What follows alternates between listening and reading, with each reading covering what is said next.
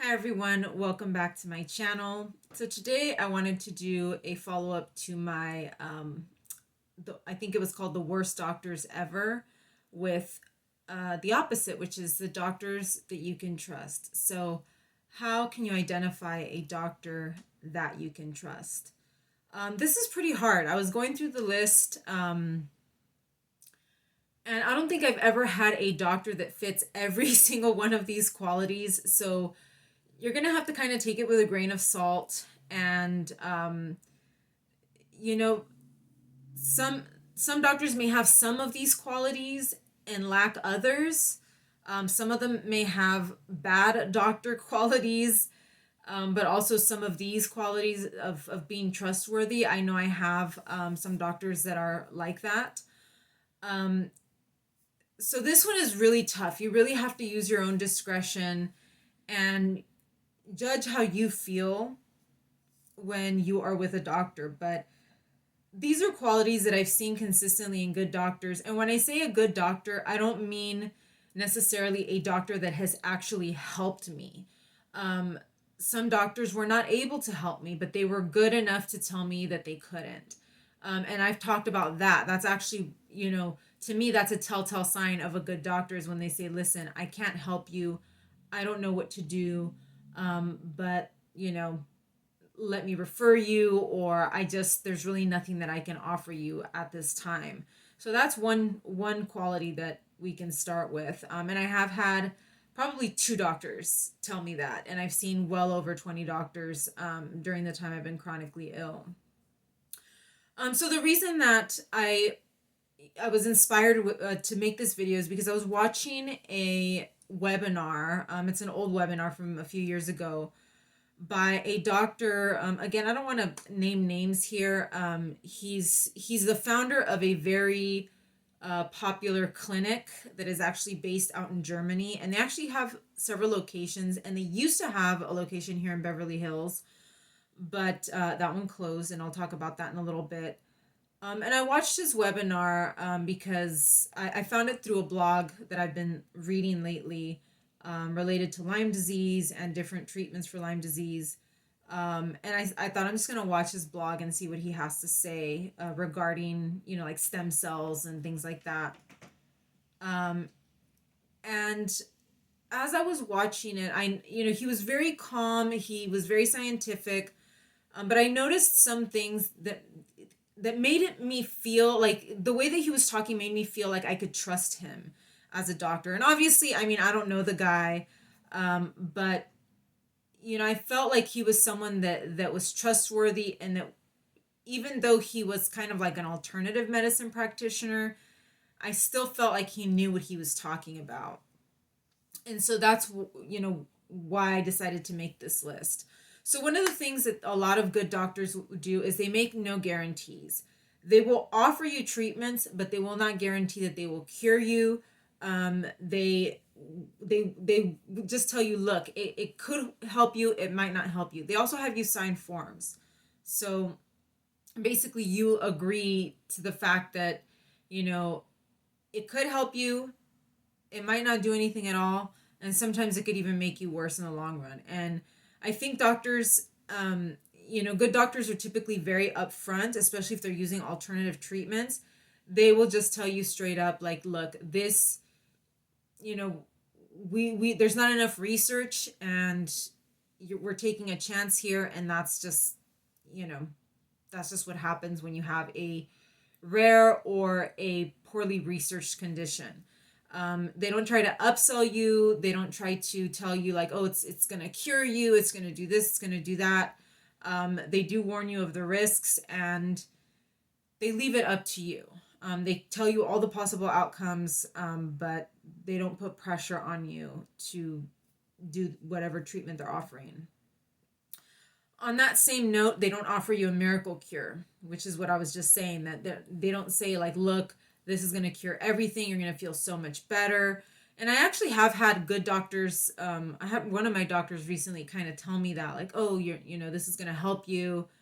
um, but she didn't put pressure on me to do the treatment, so she was actually kind of like worried about it. But I think a realistic doctor is better than an optimistic doctor. I'm not an optimist myself, and I kind of don't want my doctor to be super optimistic about everything because I feel that they may take more unnecessary risks because they just think that things are going to turn out well no matter what. So they don't offer you a miracle cure. They don't offer you a one size fits all, which is kind of the same thing. They don't offer you something easy. So oftentimes, good doctors are going to tell you, look, this is going to be hard. You might go through a phase of detox or, a worsening of symptoms. You're going to have to follow a strict protocol, a strict diet, supplementation. Like there's going to be a lot of work to be done prior to even starting a treatment or just to get you to a place where you're more functional.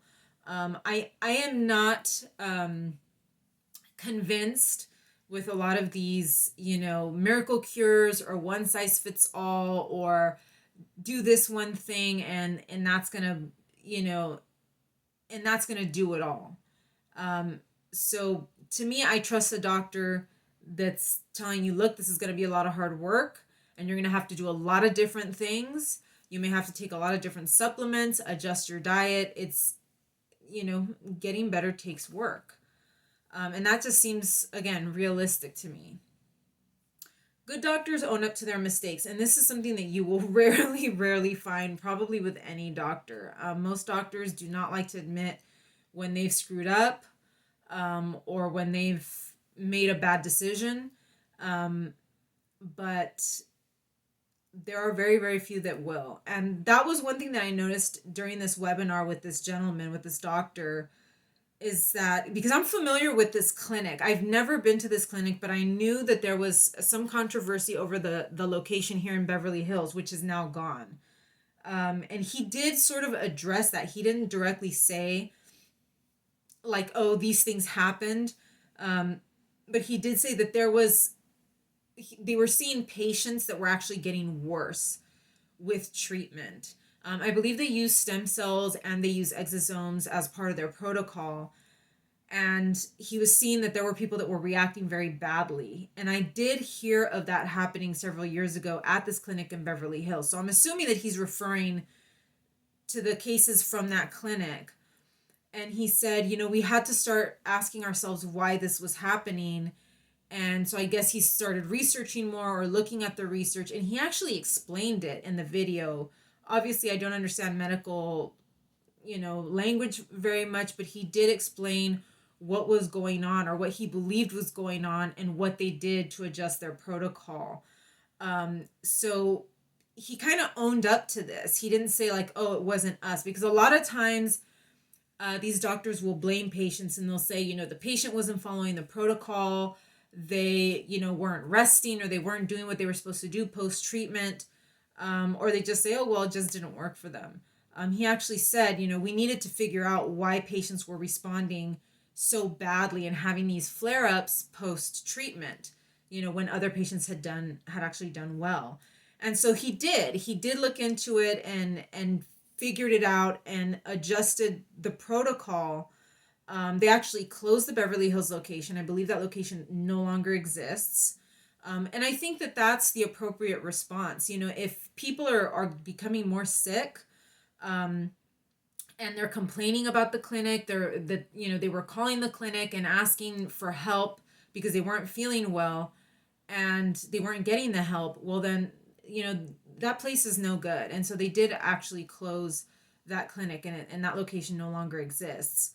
And he did say we had to change, we had to adjust the protocol, we had to figure out what it was that was causing this and how we could either prevent it or help it, as it was going on with the patient. So they added different things to their program to sort of help patients cope with this reaction.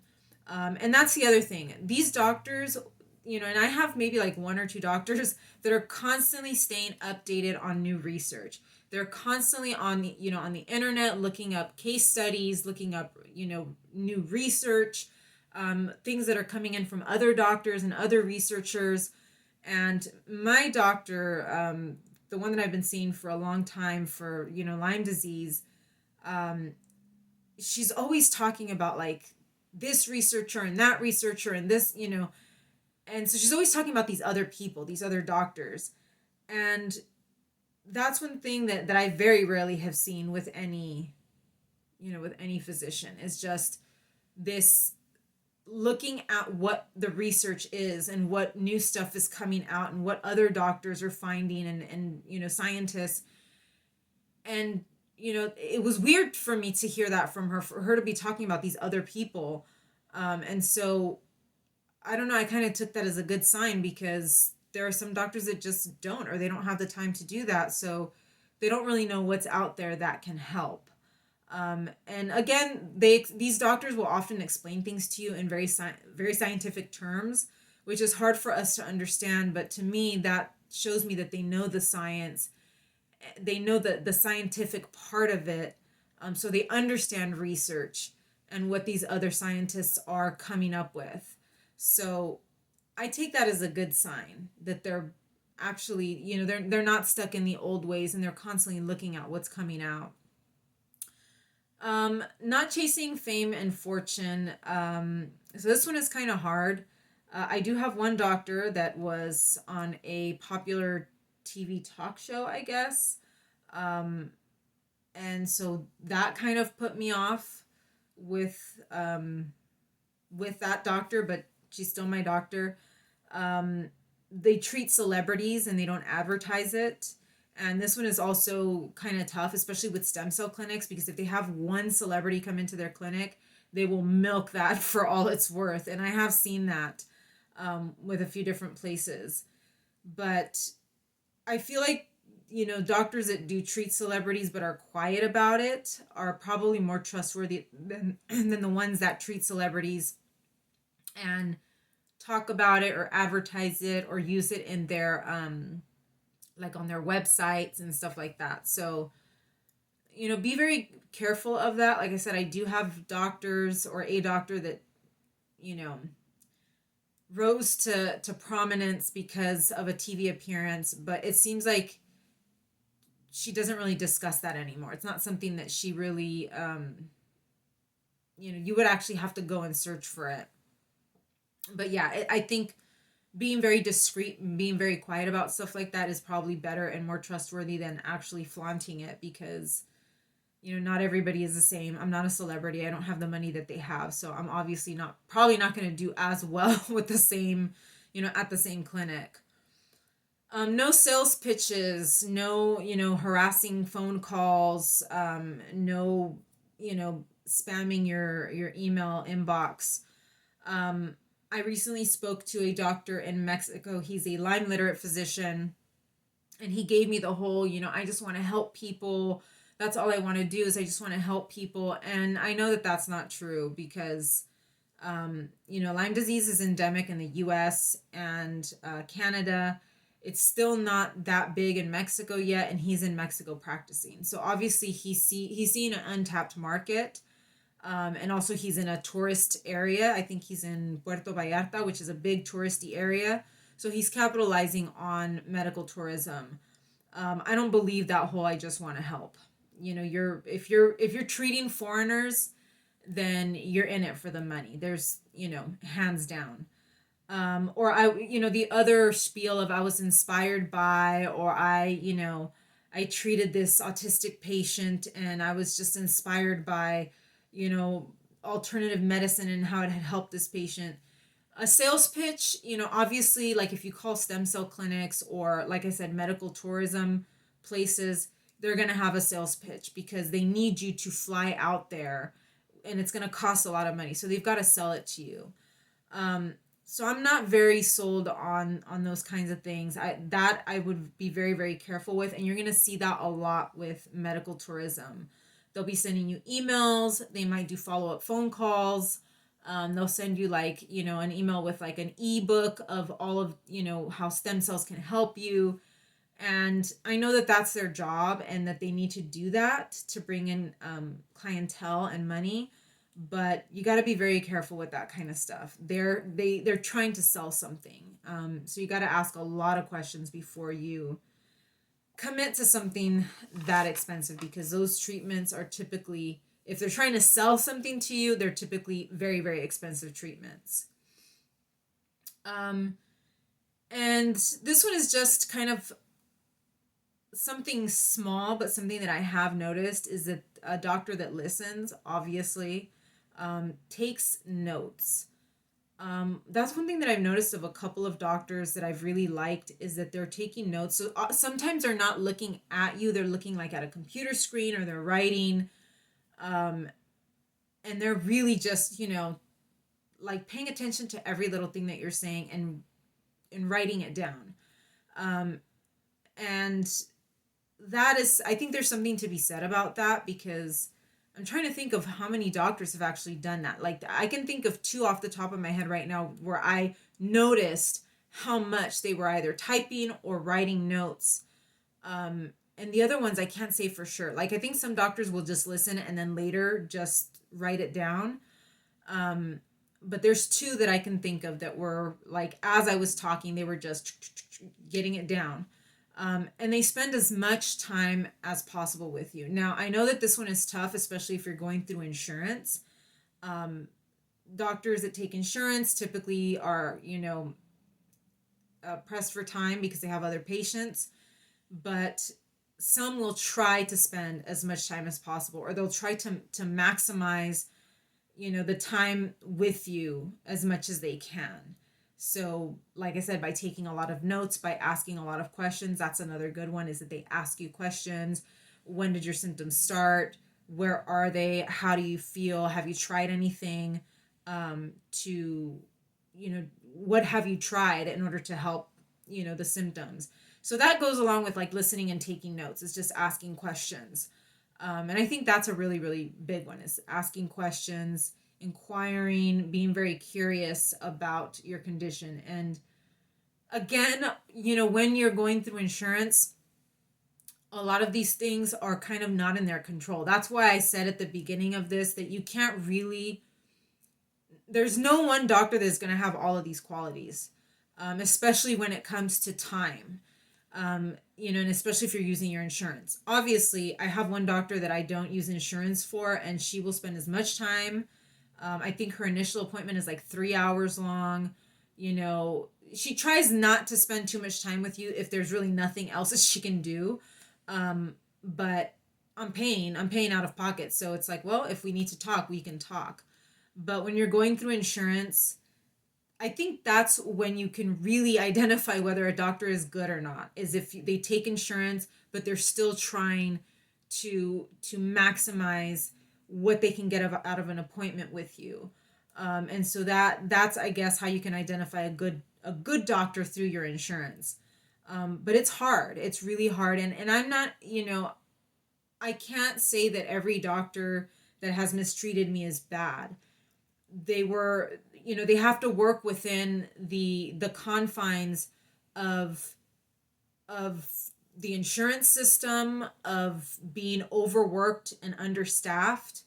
And we know that issue here in the United States. Doctors just don't have the freedom to spend all kinds of time and to ask questions and to be, these detectives, even though that's kind of what they're supposed to do, right? They're supposed to figure out what's wrong with you, but they just can't. And that's unfortunately the medical system in our country. So, that's just something to watch out for, especially when you're using insurance. If you have any other, things to add, please leave them down in the comments. If there are any qualities in a good doctor that you yourself have identified, please leave them down in the comments. I think this is going to be very helpful for people that are looking for a doctor for their condition. But I think that we can help each other out. This is one of those situations where we really need to help each other out by, comparing and sharing notes. So that's what I have for you guys today. Please like and subscribe, and I will see you in the next one. Take care.